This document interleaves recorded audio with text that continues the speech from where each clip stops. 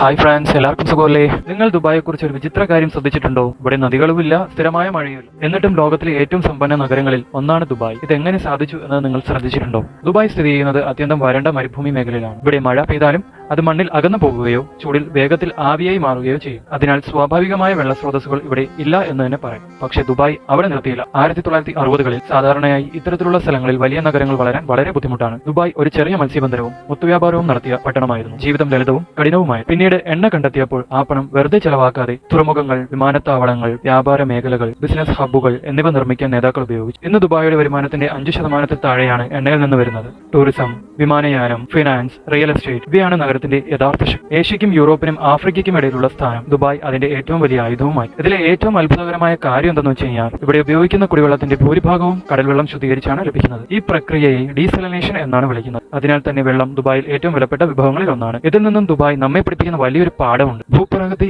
വിധി നിർണ്ണയിക്കും, പക്ഷേ ബുദ്ധിമുട്ടുള്ള തീരുമാനങ്ങളും ദീർഘവീക്ഷണവും അത് പൂർണ്ണമായി മാറ്റിയെഴുതാൻ സഹായിക്കും. ഇതുപോലുള്ള ചെറിയ ചെറിയ അറിവുകൾക്കായി ഈ പേജ് ഫോളോ ചെയ്യുക. താങ്ക്